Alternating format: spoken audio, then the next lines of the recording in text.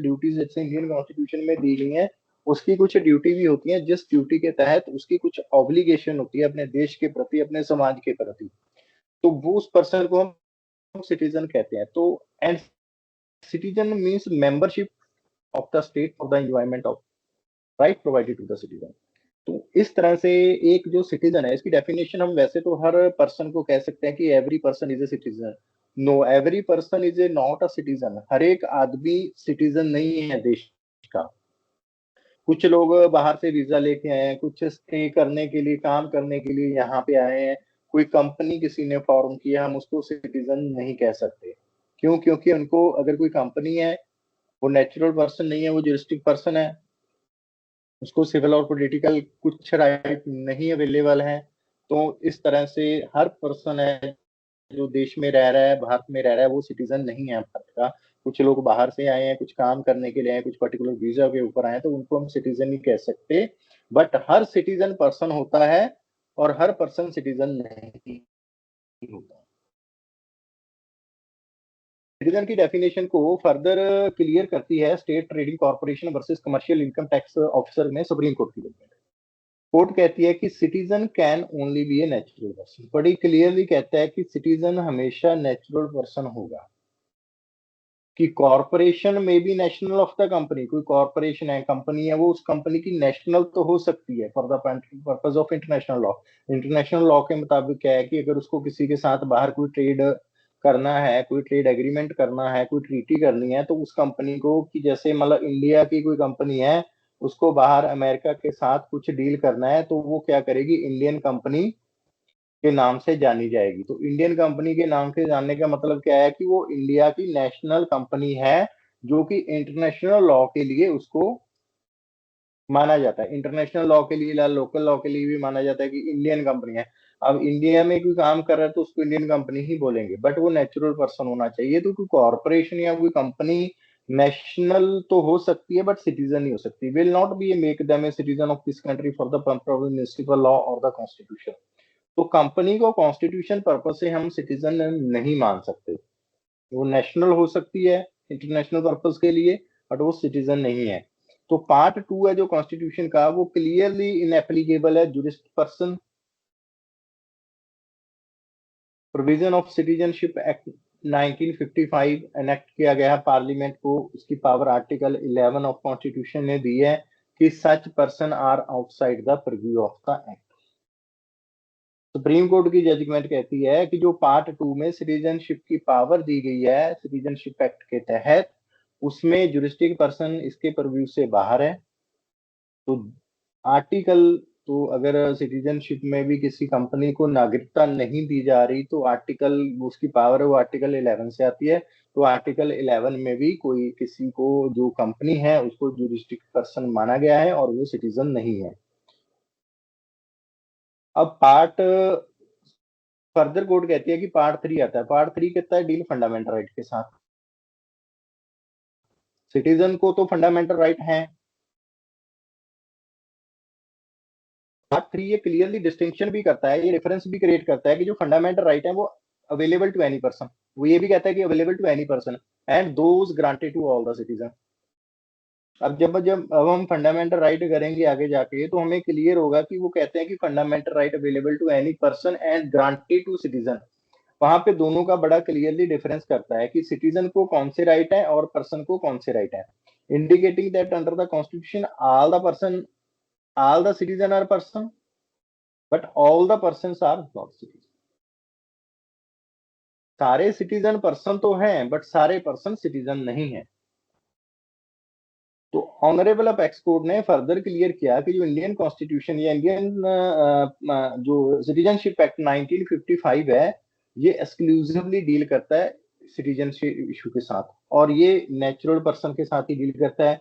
Nationality और citizenship दोनों interchangeable नहीं है। नेशनैलिटी आपकी अलग हो सकती है, सिटीजनशिप आपकी अलग हो सकती है। जो terms and expression person under the act have to be natural not legal entitled.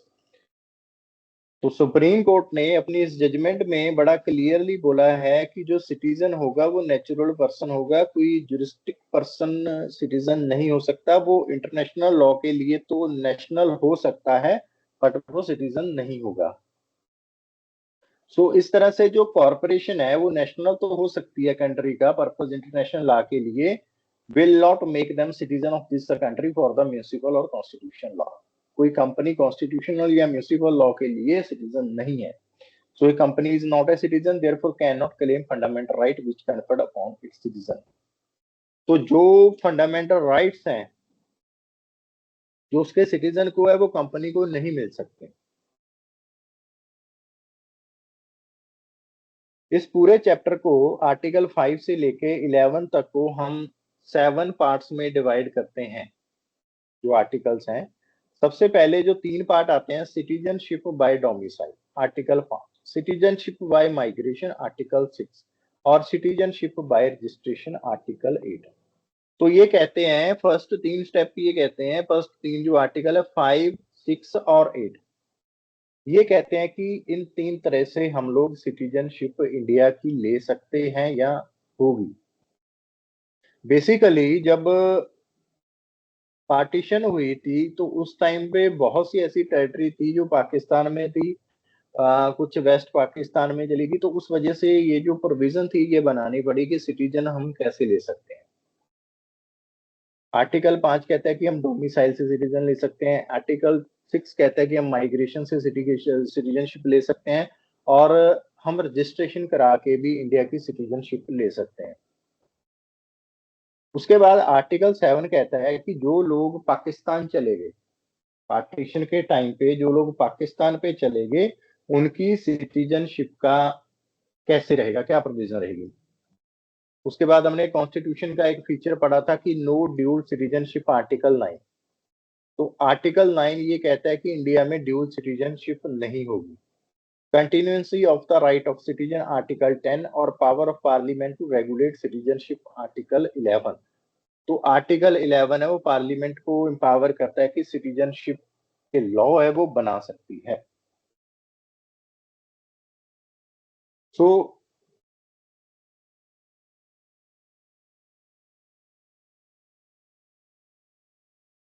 Citizenship by domicile article 5। Article 5 कहता है कि जब कॉन्स्टिट्यूशन ये स्टार्ट हुआ 26 जनवरी 1950 को, at the commencement of this constitution, every person who has a domicile in the territory of India, territory of India की definition हमने पढ़ी थी कि जो टेरिटरी स्टेट की टेरिटरी है, उसके बाद जो यूनियन टेरिटरी है, यूटी की टेरिटरी है, और उसके में एक्वायर्ड की गई टेरिटरी है।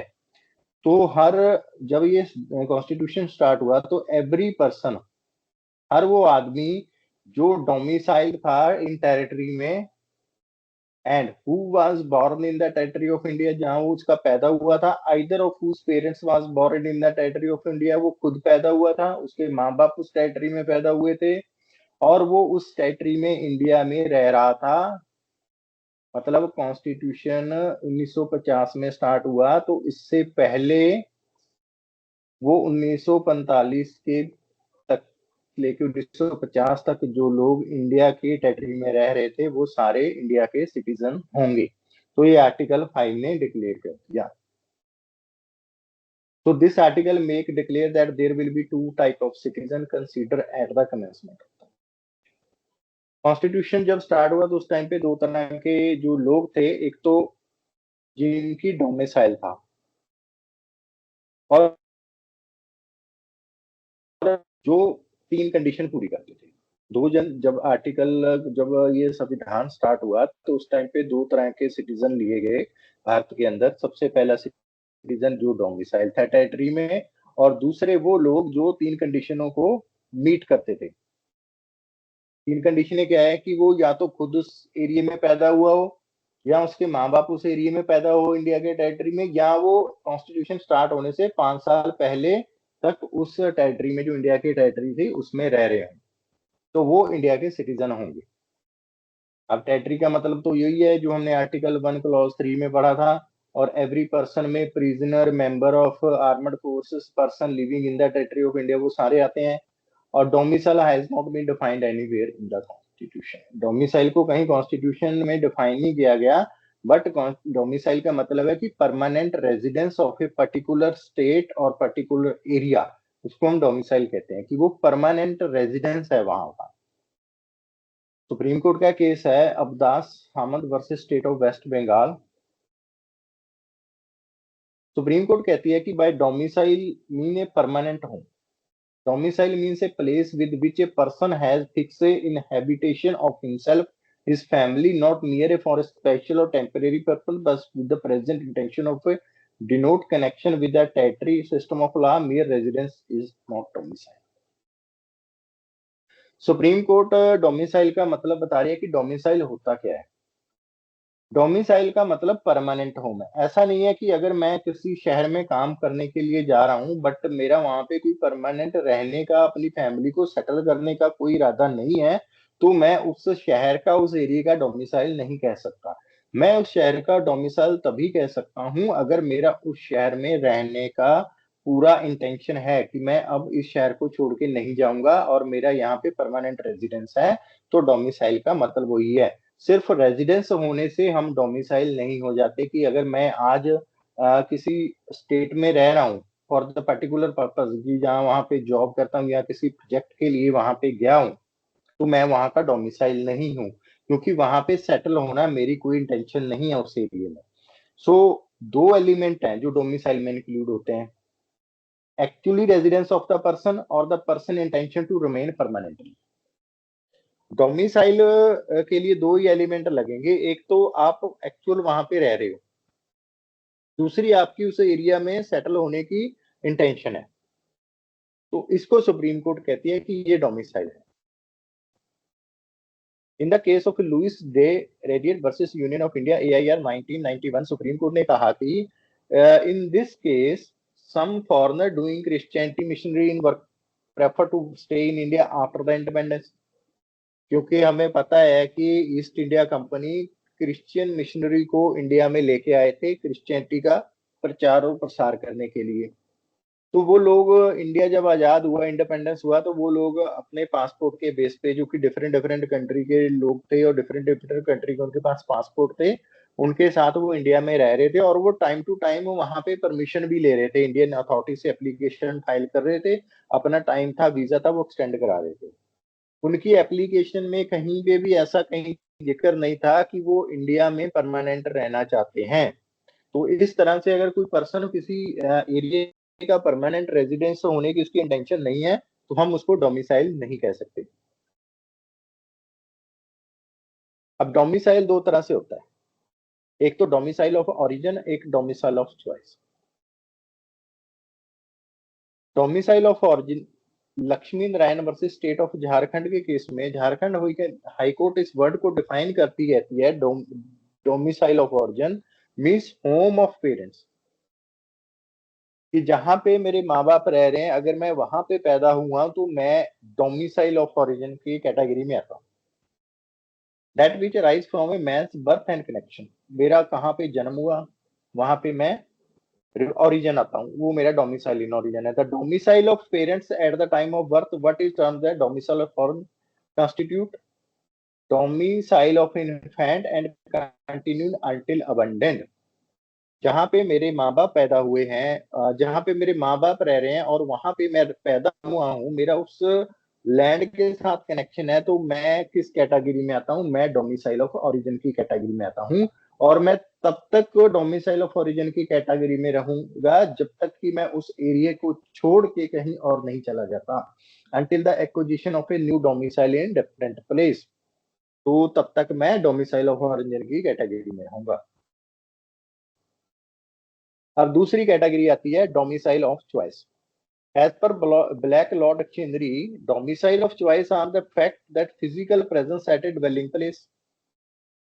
मैं किसी जगह पे रह रहा हूँ, ठीक है, मेरी वहां पे इंटेंशन है कि अब मैं अपनी पूरी जिंदगी वहां पे ही रहूंगा, वहां पे अपना धंधा करूंगा, वहां पे, यहाँ इस जगह को छोड़ के नहीं जाऊंगा, तो मैं डोमिसाइल ऑफ चॉइस की कैटेगरी में आ जाता हूँ, क्योंकि मैं अपना ओरिजिनल डोमिसाइल ऑफ ओरिजिन छोड़ के आऊंगा। अगर मैं अपने जहाँ पे मैं पैदा हुआ, मैं अपने बर्थ प्लेस को छोड़ के नहीं जाता, तो मैं उसी कैटेगरी में रहूंगा, डोमिसाइल ओरिजिन की कैटेगरी में रहूंगा। बट मैं अगर छोड़ के किसी और जगह पे शिफ्ट हो जाता हूँ, वहां पे अपना परमानेंट रेजिडेंस बना लेता हूँ और मेरी इंटेंशन है कि मैं वापस अपने एरिया में नहीं जाऊंगा, तो वो मेरी इंटेंशन क्या करती है, मेरे को डोमिसाइल ऑफ चॉइस की कैटेगरी में रखती है। तो every person can acquire domicile of choice by abandoning his domicile of origin. तो किसी के ऊपर कोई रोक नहीं है कि वो अपने बर्थ प्लेस को छोड़ के किसी और जगह के जाके अपनी इंटेंशन के साथ सेटल होने के लिए किसी को कोई मनाही नहीं है। तो डोमिसाइल मतलब permanent residence with intention of permanently settle there, और ये दो तरह से होता है, डोमिसाइल ऑफ ओरिजिन और domicile of choice. In the case of a Sandur Gopal versus Sandur Rani AIR 2013 के केस में सुप्रीम कोर्ट ने कहा कि right to change the domicile of birth is available to every person not legally dependent. हर person को ये right है कि अपने माँ बाप की जहाँ पे वो पैदा हुए उस डोमिसाइल को छोड़ के जहाँ पे उसको ठीक लगता है वहां पे जाके रह सकता है।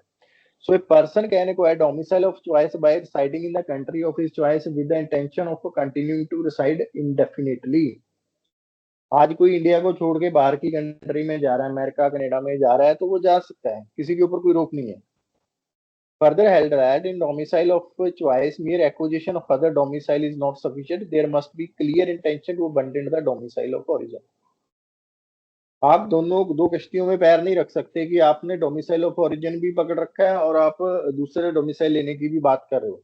आपकी क्लियर इंटेंशन होनी चाहिए कि डोमिसाइल ऑफ ओरिजिन जहां पे आप पैदा हुए आप उसको परमानेंटली अबंडन कर रहे हो, उसको छोड़ रहे हो और आप नई जगह पे जाके स्टेब्लिश हो रहे हो, वहां पे जाके रहने की आपकी इंटेंशन है, तो आप डोमिसाइल ऑफ चॉइस में आते हो।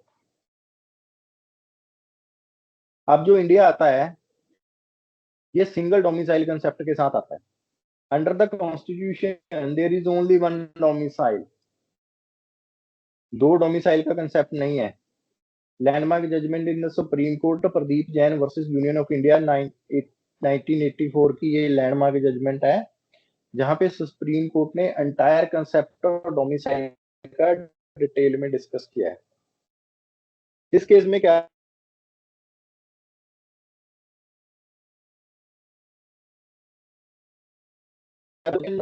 हर स्टेट में प्रैक्टिस हो गई थी कि जो भी कोई कहता था कि अगर मेडिकल में सीट लेनी है तो आप उस स्टेट के परमानेंट डोमिसाइल या परमानेंट वासी होने चाहिए, तभी आपको सीट वो रिजर्व करते थे। ऑलमोस्ट हर स्टेट का ये प्रेफरेंस था कि जो कैंडिडेट है जो डोमिसाइल है उस स्टेट के, वहां पे उसको एडमिशन मिलेगी। अब वो कहते थे कि जो पंजाब के डोमिसाइल्ड है उनको प्रेफरेंस है, जो पंजाब के मेडिकल कॉलेज है। यूपी के जो मेडिकल कॉलेज है उसमें यूपी के जो डोमिसाइल्ड है उनको प्रेफरेंस है। तो इस वजह से ये सुप्रीम कोर्ट में मुद्दा उठा। सुप्रीम कोर्ट ने कहा कि जो इंडियन कॉन्स्टिट्यूशन है भाई एक ही डोमिसाइल को रिकॉग्नाइज करता है, डोमिसाइल इन इंडिया। आप स्टेट का अलग से डोमिसाइल बना के आप ये नहीं कह सकते कि मैं यूपी का रहने वाला हूँ, मैं MP का रहने वाला हूँ, तो मेरा डोमिसाइल है तो मेरे को प्रेफरेंस है। तो इंडिया में एक ही डोमिसाइल मिलेगा। Article 5 constitution and clear and split in this point and refer the only one domicile namely domicile in the territory of India. There is no separate domicile for the state. अगर आपको भी question आता है कि objective type की one domicile का concept किस judgment में डिस्कस हुआ है, तो वो Pradeep Jain versus union of India की जजमेंट है। यहाँ पे वन डोमिसाइल का बड़ा क्लियरली सुप्रीम कोर्ट ने बोला है कि इंडिया में सिर्फ एक ही डोमिसाइल चलेगा, domicile in the territory of India. There is no separate domicile for the state. Article 5 recognize domicile of India. It does not recognize the concept of a domicile state।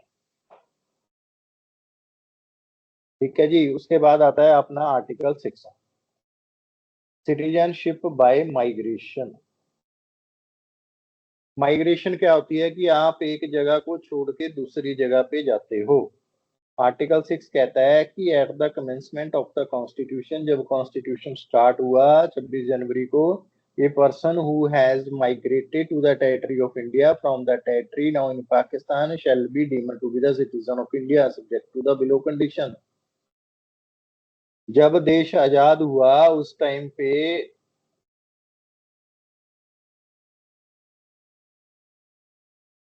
जब देश आजाद हुआ तो उस टाइम पे person जो migrate करे थे India की टेरिटरी में पाकिस्तान की टेरिटरी से, जो पाकिस्तान की टेरिटरी है उसको इंडिया का सिटीजन माना जाएगा अगर वो कंडीशन कौन सी फुलफिल करेगा, इफ ही और either of his parents grandparent was born in India as defined the government of India act. Territory which is defined in the of India. अब इस आर्टिकल को करने का क्या मतलब है कि मान लो ये पूरा देश था, अनडिवाइडेड था, ये आपका पाकिस्तान इस तरफ आ गया, ठीक है, यहाँ पे इंडिया आ गया आपका। अब वो कहते हैं, आर्टिकल 6 कहता है कि जो लोग यहाँ से यहाँ आए हैं वो इंडिया के सिटीजन माने जाएंगे। उसके लिए कंडीशन क्या थी कि आइदर ही और his parents, grandparents was born defined in government of India act. Government of India act में इस सारे एरिया को इंडिया की टेरिटरी में दिखाया गया था। अब जो अनडिवाइडेड से पहले का, जो पार्टीशन के पहले का एरिया था जिसमें ब्रिटिश रूल के अंडर जो सारा एरिया आता था, वो गवर्नमेंट ऑफ इंडिया एक्ट में वो सारा इंडिया की टेरिटरी दिखाया गया था। तो इसका मतलब है कि पार्टीशन होने से पहले जो, और जिसका फादर, जो खुद या उसके पेरेंट या उसके ग्रैंड पेरेंट वो टेरिटरी में रह रहे थे, मतलब कि जो टेरिटरी ब्रिटिश रूल के अंडर थी, तो वो कौन माना जाएगा, वो इंडियन सिटीजन माना जाएगा अगर वो इंडिया की पार्टीशन के बाद वाली टेरिटरी में आ जाता है। मतलब जो डिवाइडिंग लाइन पार्टीशन के बाद क्रॉस करके यहाँ आता है, बट उसके पेरेंट्स, खुद ग्रैंड पेरेंट्स, वो ब्रिटिश जहां पे पूरा कब्जा था, पूरा टेरिटरी डिफाइन किया गया था, उस टेरिटरी में रह रहा था। And any such person granted migrated from Pakistan could acquire Indian citizenship, और वो इंडियन सिटीजनशिप ले सकते थे। आर्टिकल फर्दर डिवाइड करता है पाकिस्तान माइग्रेटेड को टू कैटेगरी में, कि जो पार्टीशन के बाद इस तरफ आ गए। Those who came to India before 19 July 1948 और those who came to 19 July 1948। 1947 में देश आजाद हुआ। देश की आजादी के टाइम पे जो इंडिया में आ गए लोग, ठीक है, उनको एक कैटेगरी बनाया गया। उसके बाद जो उनकी लास्ट लाइन थी इंडिया में आने की, सेटल होने की, पार्टीशन की, उसको सेकंड कैटेगरी में रखा गया। So those who came to India before 19 July 1948, the person who have been residing within the territory of India after migration shall be deemed to be the Indian citizen. जो partition के बाद और 1948 की line के बीच में जो India में आ गए वो इंडियन सिटीजन है। अब बात आती है कि जो डिवाइडिंग लाइन थी 1948 की, इसके बाद आए उनका क्या। जो 19 जुलाई 1948 के बाद इंडिया में आए, उनको इंडियन सिटीजन के तौर पे रजिस्टर करने के लिए रखा गया था कि एक बॉर्डर पे एक ऑफिसर गवर्नमेंट ऑफ इंडिया ने अपॉइंट किया था, अगर आपको इंडिया में आना है, रहना है 1948 में जब आपकी यहाँ पे डिक्लेरेशन थी पार्टीशन के बाद, तो आप इंडिया में आ सकते थे, वहां पे आप अपनी रजिस्ट्रेशन वगैरह करवा सकते थे एंड एप्लीकेशन मेड दे सकते थे before the commencement of shall be deemed to be the Indian citizen. अब जो तीन चीज होगी कि 1947 में देश आजाद हुआ, ठीक है जी, उसके बाद 1948 तक लोग इंडिया में आ रहे थे,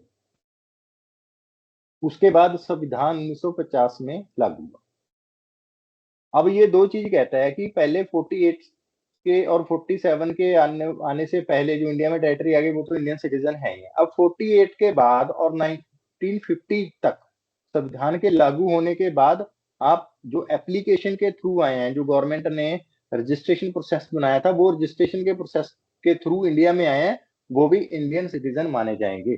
but the person who have been registered must have residence of the Indian territory at least 6 months before such application, और एप्लीकेशन लगाने के 6 महीने के अंदर वो इंडियन के टेरिटरी के रेजिडेंस होने चाहिए थे।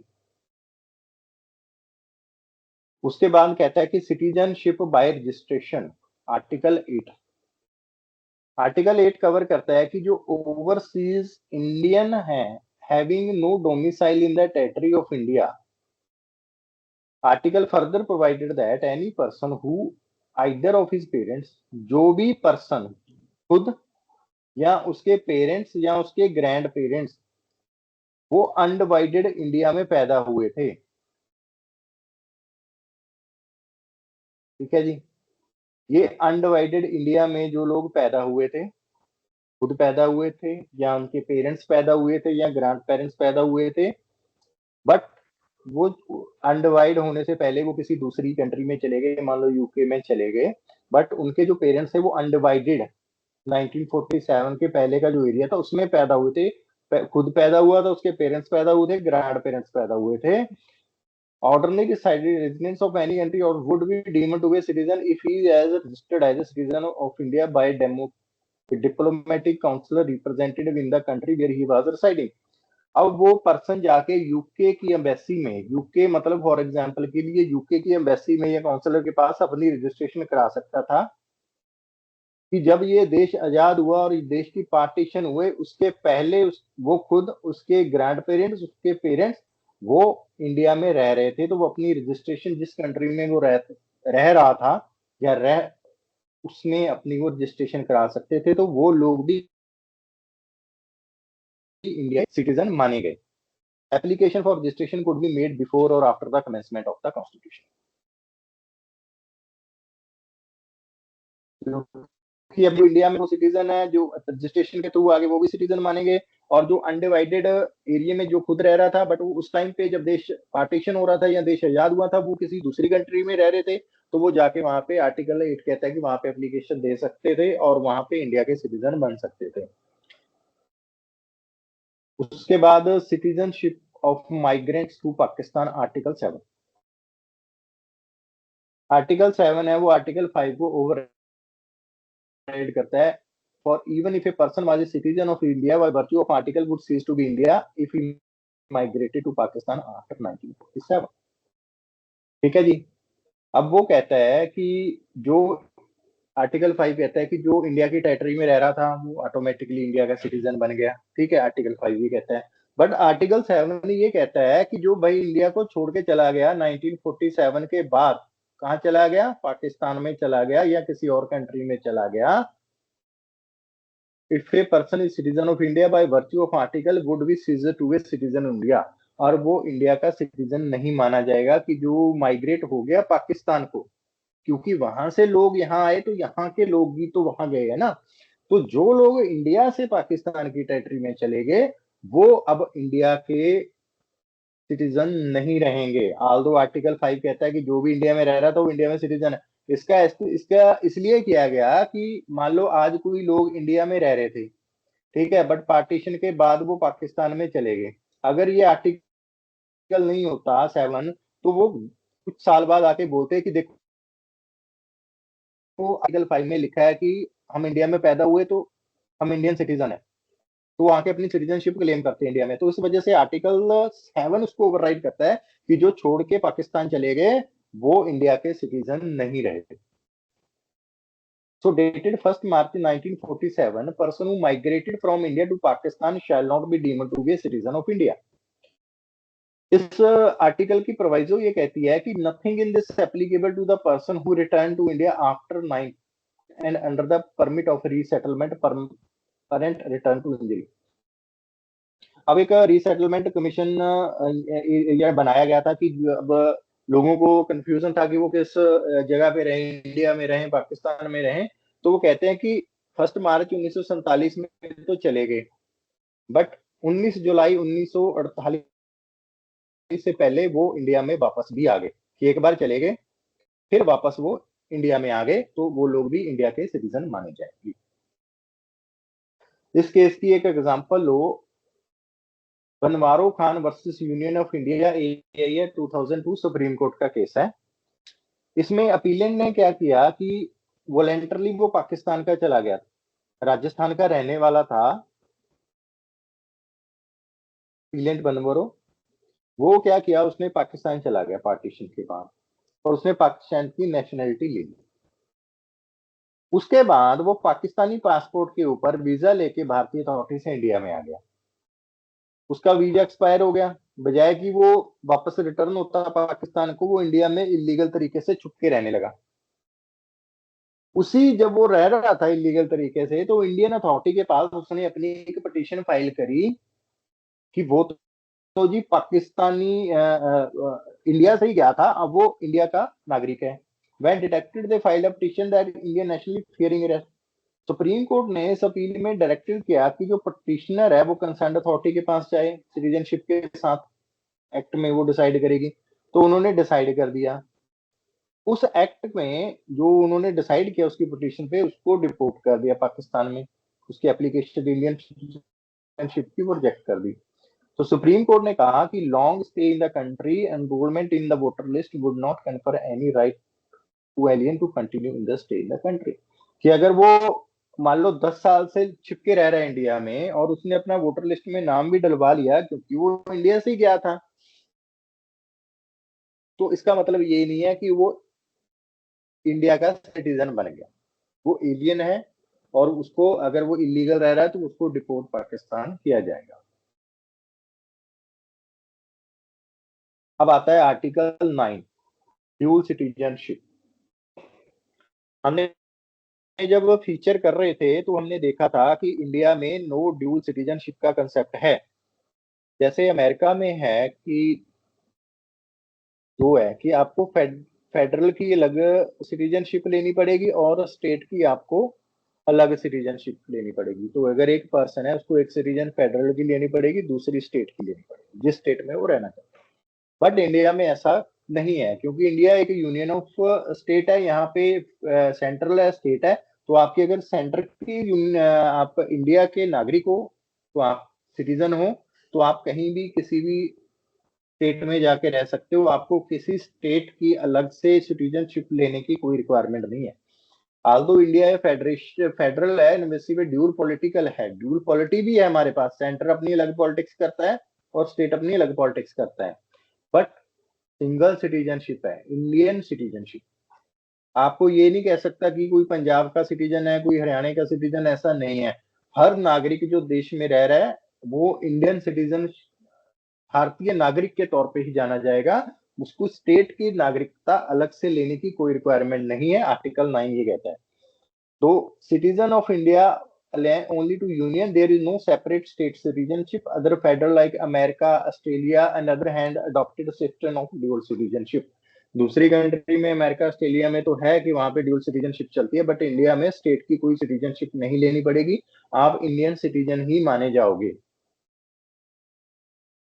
जैसे कि यूएसए में है कि हर पर्सन सिटीजन ऑफ यूएसए का, तो but also the particular state to which he और शी बिलोंग, जिस स्टेट का वो रहने वाला है उसको उस स्टेट की भी सिटीजनशिप लेनी पड़ेगी। तो ही और she is eligibility to the both the enjoys a due set of rights, one set conferred by the national government and other set by the state government. कि अगर वो राइट एंजॉय कर रहा है सिटीजनशिप के तो duty भी तो उसको देनी पड़ेगी ना साथ में। तो अगर ड्यूटी सेंट्रल दे रहा है और स्टेट दे रहा है, उनको दोनों के साथ ही काम करना पड़ेगा। The system creates problem of discrimination, that state may discrimination in favor of its citizen in the matter like vote, right to hold public office, right to practice profession और so on। कि अगर मैं किसी particular America की particular state का citizen हूँ तो दूसरी स्टेट वाला या उस स्टेट में जो मेरे को प्रेफरेंसेस हैं वो दूसरी स्टेट के नागरिक से कम मिलेंगी या ज्यादा मिलेंगी। तो इसीलिए इंडिया में ड्यूल सिटीजनशिप का कोई कंसेप्ट नहीं है, आपको सेम ही राइट मिलेंगे पूरे थ्रू आउट इंडिया, चाहे आप यूपी के हो या एमपी के हो, राजस्थान के हो, आप किसी भी स्टेट के हो, आपको पूरे राइट हर स्टेट में मिलेंगे। रीजन क्या है कि लेजिस्लेशन है कि अगर आपकी वहां से वोट कटेगी तो आप दूसरी स्टेट में है तो वहां पे जाके आपकी वोट बन जाएगी, पर दूसरी स्टेट आपको मना नहीं कर सकती कि आप दूसरी स्टेट से आए हो, अब आप इस स्टेट में वोट नहीं दे सकते। So Article 9 clearly established that no person would acquire a foreign citizenship of any country be shall be citizen of India। तो जो दूसरी कंट्री की, no person who acquired the foreign citizen of any country shall be citizen of India। State of Andhra Pradesh versus कदे, article 9 recognise करता है उस principle को कि no Indian citizen can claim a dual और प्लूरल सिटीजनशिप। कोई भी इंडियन सिटीजन ड्यूल और प्लूरल सिटीजनशिप नहीं बनता। The question whether Indian citizen and acquired the citizen of foreign country is one of the determined by the central government, not by the court. कि अगर किसी ने India के citizenship छोड़ के बाहर किसी कंट्री की सिटीजनशिप ले लिया तो उसका फैसला है सेंट्रल गवर्नमेंट करेगी, कोर्ट उसका फैसला नहीं करेगी। अब यहाँ पे तो सेंट्रल और स्टेट की सिटीजनशिप की बात है, ये ड्यूल सिटीजनशिप की बात है। अब कंसेप्ट आता है कि अगर कोई इंडियन सिटीजन है, इंडियन ओरिजिन है और वो बाहर यूएसए में रह रहा है या कनाडा में रह रहा है या यूके में रह रहा है, तो उसके लिए गवर्नमेंट ने एक इंट्रोड्यूस किया था सिस्टम, उसको हम लेमैन की लैंग्वेज में डुअल सिटीजनशिप ही कह सकते हैं, बट वो इंडिया के ऊपर एप्लीकेबल नहीं होती, मतलब कि इन द सेंस कि इंडियन सिटीजन के लिए अगर कोई इंडिया का सिटीजन है, ठीक है जी, उस इंडियन सिटीजन या वो इंडिया का ओरिजिन है बट वो यूएसए में रह रहा है, उसके पास इंडियन की सिटीजनशिप नहीं है, तो अगर उसकी कंट्री अलाउ करती है तो इंडिया उसको सेकंड सिटीजन मान सकता है। Constitution of India does not allow holding a citizenship and citizenship of a foreign country simultaneously. आप यूके और इंडिया की दोनों की इकट्ठी सिटीजनशिप नहीं ले सकते। अगर आपने यूके की सिटीजनशिप ले ली तो इंडिया की सिटीजनशिप आपकी खत्म हो गई। तो बेसिक कंसेप्ट ये है। अब इंडिया ने इसको ओवरकम करने के लिए जो बाहर पैदा हुए हैं लोग या इंडिया को छोड़ के, बट वो इंडियन थे बट इंडिया को छोड़ के बाहर चले गए हैं, उनके लिए गवर्नमेंट एक कंसेप्ट लेके आई थी कि ठीक है, हम आपको OCI, overseas citizenship of India, जिसको हम ड्यूल सिटीजनशिप कहते हैं, कि आप यूके की सिटीजनशिप भी रखो, आप इंडिया की सिटीजनशिप भी रखो। इसका फायदा क्या होता था कि अगर कोई इंडियन है, वो यूके में जाके सेटल हो गया, वहां पे सिटीजन बन गया और इंडिया की अब सिटीजनशिप खत्म होगी, उसको क्या करना पड़ेगा, वीजा लेना पड़ेगा, परमिशनें लेनी पड़ेंगी, ठीक है, इंडिया में आने के लिए। तो इंडिया ने क्या किया कंसेप्ट कि ठीक है, आप इंडिया की सिटीजनशिप भी रखो, आप जब मर्जी आओ जाओ, आपका घर है, ठीक है। तो इस कंसेप्ट के साथ ये OCI का कंसेप्ट इंडिया में लॉन्च हुआ। ये हाई लेवल कमेटी बनी थी, Indian diaspora and government of India की कमेटी बनी थी, जिसने ये overseas citizenship of India OCI commonly known as dual citizenship के कंसेप्ट को दिया। Person of Indian origin are certainly categorized as the specified in the column eligible criteria. तो eligible criteria में क्या आता है कि अगर आपको OCI लेनी है तो आपकी एलिजिबिलिटी क्राइटेरिया में क्या आता है कि आप इंडियन ओरिजिन होने चाहिए। इंडियन ओरिजिन होने का मतलब ये है कि यूके का कोई जो ओरिजिनल निवासी है वो आके इंडिया में ये क्लेम नहीं कर सकता, वो इंडिया का ओरिजिन होना चाहिए। Who migrated from India and acquired the citizenship of a foreign country other than the Pakistan of देश।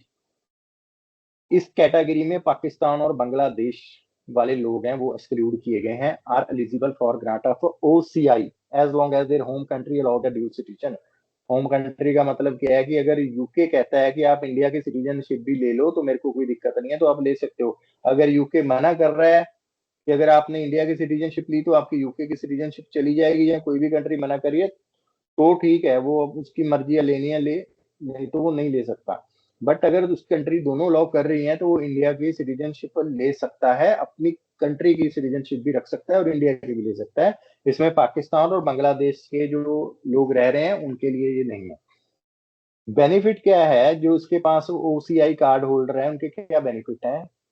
सबसे पहले मल्टीपल एंट्री है, कभी भी इंडिया में आओ कभी भी जाओ, कोई रोक टोक नहीं है। Multiple purpose life long visa है।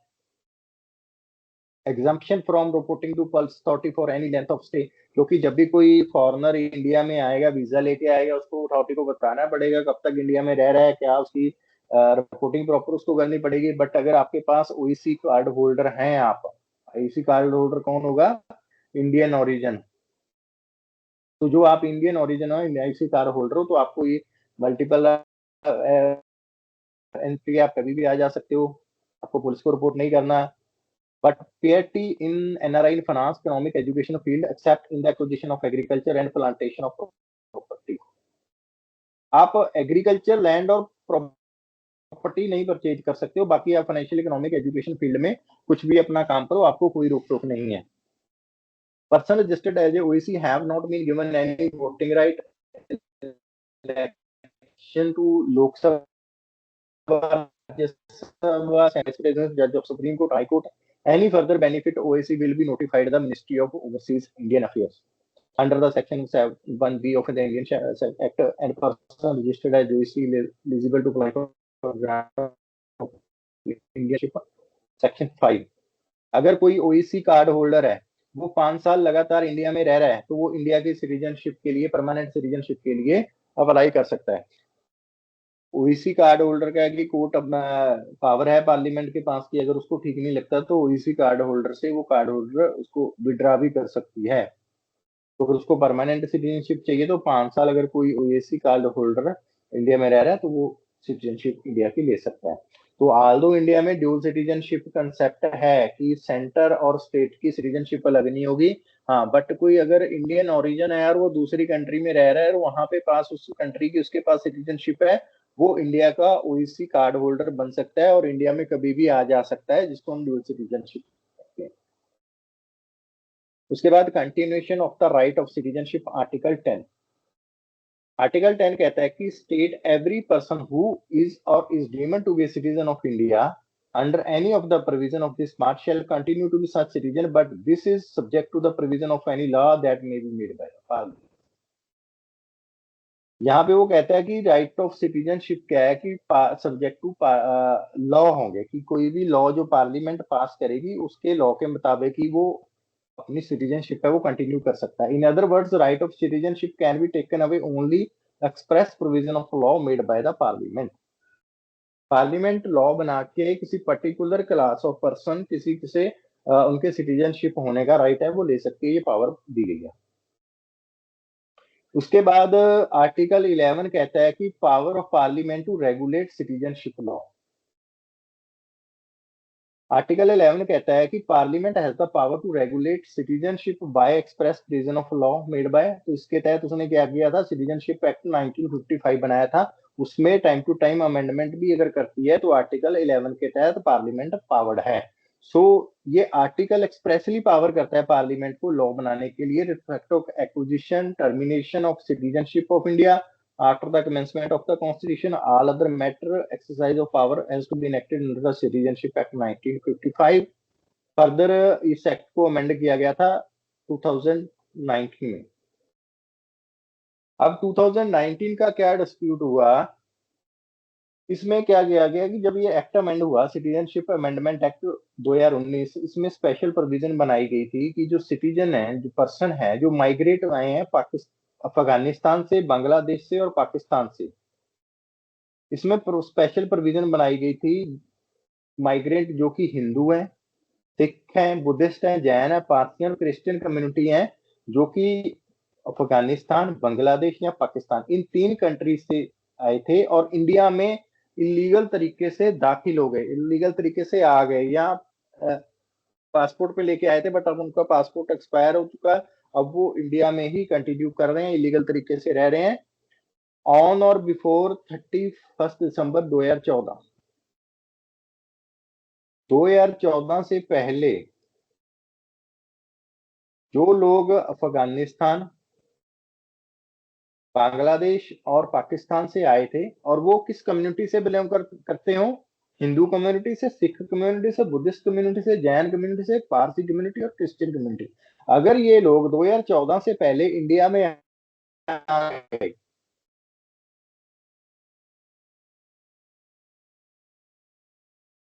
तो उनको एग्जामिनेशन कॉन्सिक्वेंसेस ऑफ पासपोर्ट, उसमें क्या होता है कि आपको डिपोर्ट कर दिया जाता है, तो उनसे उनको एग्जाम्पशन है। तो इन लोगों के लिए सरकार क्या करेगी, central government may grant a certificate of registration or certificate of a naturalization to such person on the fulfillment of the specified condition। सरकार 14 के आए से पहले इन कम्युनिटी के लोग अगर इंडिया में आ गए, इनकी रजिस्ट्रेशन कर सकती है इनके ऊपर नेचुरलाइजेशन के प्रोसेस के थ्रू। नेचुरलाइजेशन का प्रोसेस क्या होता है कि मैं अगर किसी को, वो मेरा नेचुरल बॉर्न सिटीजन नहीं है बट वो मेरे पास आया है, मैं उसको सिटीजन ग्रांट कर रहा हूँ, तो मैं नेचुरलाइजेशन प्रोसेस कर रहा हूँ। तो उस प्रोसेस के थ्रू जो भी क्वालिफिकेशन बताई गई है उस क्वालिफिकेशन को अगर पूरा करते हैं तो सरकार रजिस्ट्रेशन और सर्टिफिकेट ऑफ नेचुरलाइजेशन के थ्रू उसको इंडिया का सिटीजन मान सकती है। Such a person who has been granted a certificate of registration of a naturalization shall be deemed to be a citizen of India from the date of his entry into India। तो वो देश का नागरिक माना जाएगा। Any pending proceeding against him person illegal migrant citizenship shall stand abated conferred the right of। ये अगर 2014 से पहले एंटर हुआ है, मान लो वो 2010 में एंटर हुआ है तो उसको सिटीजन कहां से माना जाएगा? 2010 से। 2011 में वो पकड़ा गया और उसकी कार्रवाई चल रही है पासपोर्ट एक्ट के तहत, इलीगल फॉर्दर एक्ट के तहत, इलीगल इंडिया में रह रहा है, तो वो सारी प्रोसीडिंग है वो ड्रॉप हो जाएंगी, ऑटोमेटिकली अबेट हो जाएंगी और वो इंडिया का सिटीजन माना जाएगा। Shall stand abated on the commencement of the such. तो from the date of this और हर एंट्री इनटू इंडिया, कि जब वो 2010 में इंडिया में दाखिल हुआ था तब से वो इंडिया का सिटीजन माना जाएगा। These special provisions are not applicable to the tribes area of Assam, Meghalaya, Mizoram, Tripura as included in the schedule and are covered under inner line notified in the Bengal Eastern Frontier Regulation Act। तो tribal area पे ये applicable नहीं होता। इस enactment से पहले 2019 के enactment से पहले जो migrant Hindu, Sikh, Buddhist, Jain, Parsi community थे, अफगानिस्तान, बांग्लादेश थे, जो इंडिया में आए थे without valid passport, other travel document, if the validity of passport other document expired were regarded as illegal migrant, तो इनको illegal migrant के तौर पे देखा गया। were ineligible to apply for Indian citizenship under the 1955। तो ये जो 2000 पहले से आए थे इनको इलीगल माना गया और ये इंडिया की सिटीजनशिप के लिए अप्लाई भी नहीं कर सकते थे। बट इस अमेंडमेंट के आने के बाद ये रजिस्ट्रेशन कर सकते हैं। जो गवर्नमेंट है इनको सर्टिफिकेट प्रोवाइड कराएगी और जब ये सर्टिफिकेट हो जाता है, इनकी रजिस्ट्रेशन हो जाती है, तो जिस दिन ये इंडिया में एंटर हुए हैं उस दिन से इनकी सिटीजनशिप है वो मानी जाए। इन 2015 central government exempted the settlement. क्या कह रहे हो? हाँ जी राम। नहीं सर, वो फोन आ रहा था, मैं बस ही। अच्छा ठीक। अच्छा 2015 में सेंट्रल